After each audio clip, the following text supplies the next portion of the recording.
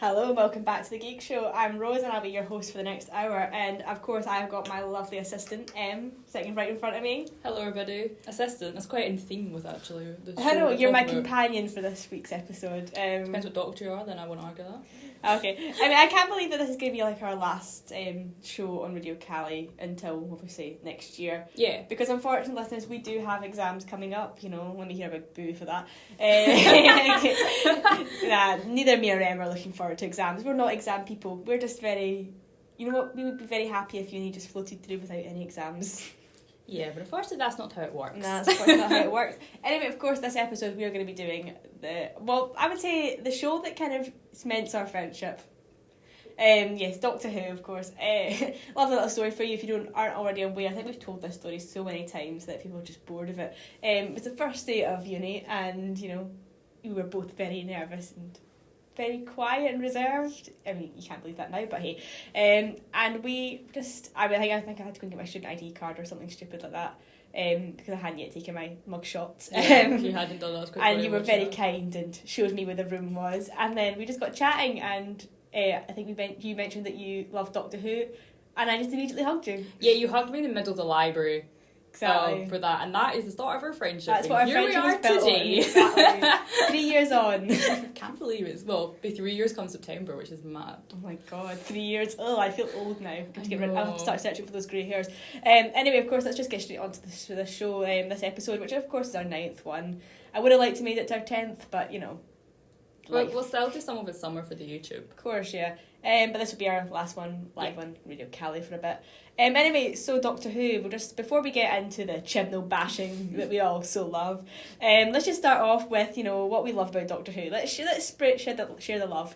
So, who is your favourite Doctor? My favourite Doctor is, no surprise if you know me, my favourite Doctor is the 5th Doctor, Peter Davison. Of course. You got him on your t-shirt? Yeah, I got my 5th Doctor t-shirt on today. Thought I'd wear that. No, I love his Doctor. Like, he was like the first young Doctor. Yeah. Because up to that point they were all kind of like middle-aged, and yeah, he's just kind of so youthful and just like fun. Like, he's just, yeah, I love him. Yeah. I mean, I think my favourite Doctor's changed over the years. You know, as I've matured, I'm no longer looking at the handsome young man in front of my screen, and I would say that I am very much in love. Well, not love, but I love Peter Capaldi's Doctor.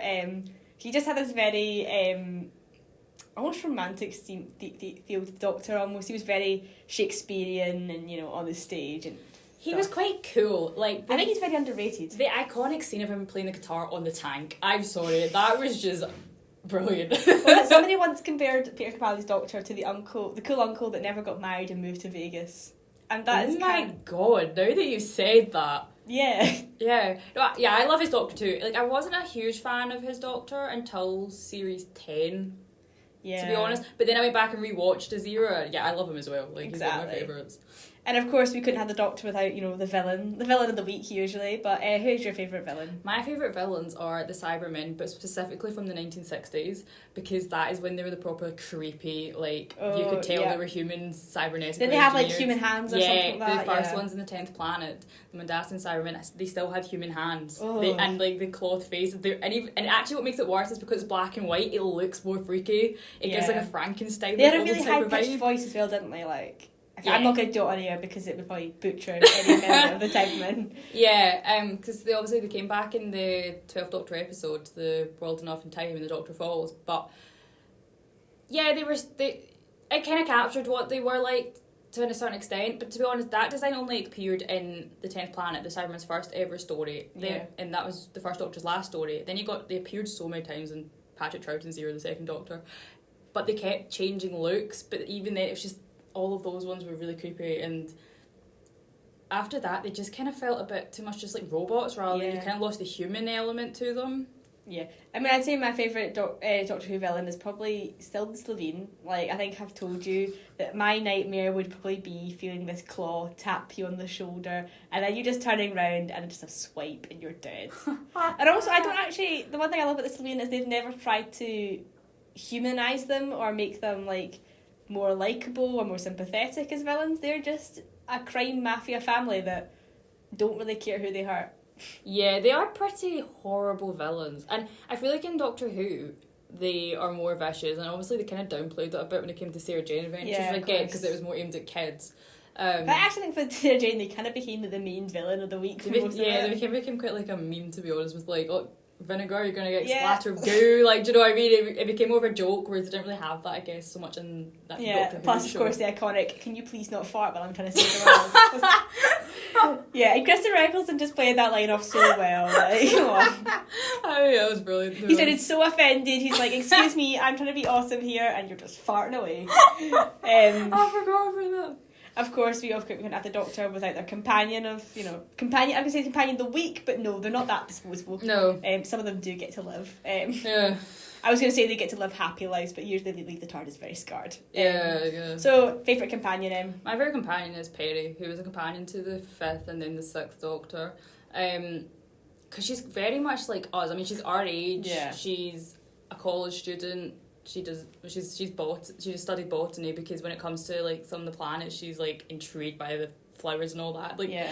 Because she only gets 2 stories on screen with 5, and then the rest are with 6. But thankfully, thanks to audio dramas, there's a whole series of 5 and Perry stories. Yeah. So I've listened to them all. But it's quite funny, they go to different planets, like the Doctor's just kind of just like wants to get on with like whatever task they're doing, and she's like, plants! And I think another close favourite is Sarah Jane. You can't not love Sarah Jane. I always liked her when I had just seen New Who. She was always great, and then also Sarah Jane Adventures, and then when I watched Classic Who, then she just was cemented one of my favourites. She's amazing. I mean, I'd say I think we're keeping a theme here where you seem to feel a lower leaning towards the Classic Who, and I'm much more the New Who. Yeah. I would say my favourite companion, hands down, has to be Donna, just because they're besties. Like, and also, I just love the idea that she was it 150 words a minute or something. Typing. Yeah, she is just so proud of that achievement. And to be fair, like, we've been through shorthand, we know how difficult that can be. Actually, no, typing I feel like can be easier. Maybe. Speak for yourself. You don't have dodgy hands like I do. To be fair, I think what happens, I'd be typing, but I'm making so many typos. Like, it's not spell check. You'll type a paragraph, and then you'll look up at your screen and go, that's not English. I mean, that happened to me so many times, especially during exams. I'm like, what the hell have I just written there? I think Donna's probably my favourite New Who companion. Yeah, and I think also the fact that Catherine Tate was just hilarious to watch with David Tennant. There's something very Series comedic. 4 is probably one of my favourite seasons of Doctor Who. But I love how she went from being very comedic to also just being very heartwarming. Like, of course, you've got Silence in the Library. That I love that one. Oh, that's one of my favourite episodes. I'm trying to think of other. Turn Left. Turn Left. Oh my god. That was a dark story. That was a very dark story. Like, a lot of the stuff we watched when we were younger was just very dark. Yeah, because I think I started watching it when I came back in 2005, and I was exposed to The Empty Child. Yeah. At 3. Yeah, it's just. Are you my mummy? Gas mask still could be the food to this day. Anyway, just to wrap up this section, I think it's a nice little question. If the Doctor was to appear to you and you were given a little bit of time, well, you were given one shot at the TARDIS, where would you go? Past, present or future? Or in space? Oh. I give you so many options right now.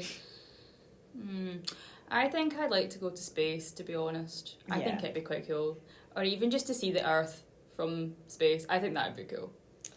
Go to the moon or something. Even something just simple as that. Just to leave Earth would be quite cool, just even for like 2 minutes. I'm going to say that I would love to do, like, past, just because obviously I don't think past gets done very often in Doctor Who, or doesn't get done as well. And I would love to maybe do some sort of, like, when Versailles, I can't remember what century it was, but like when Versailles was still, run by the royals and all that. I mean, I would have to dress up like a royal. No way am I going as a maid. But like, I would just love to go back into the past where they've got these like really historical. Well, obviously they're historical. They've got some amazing designs, and yeah, why not? Let's go past. I want to see the past.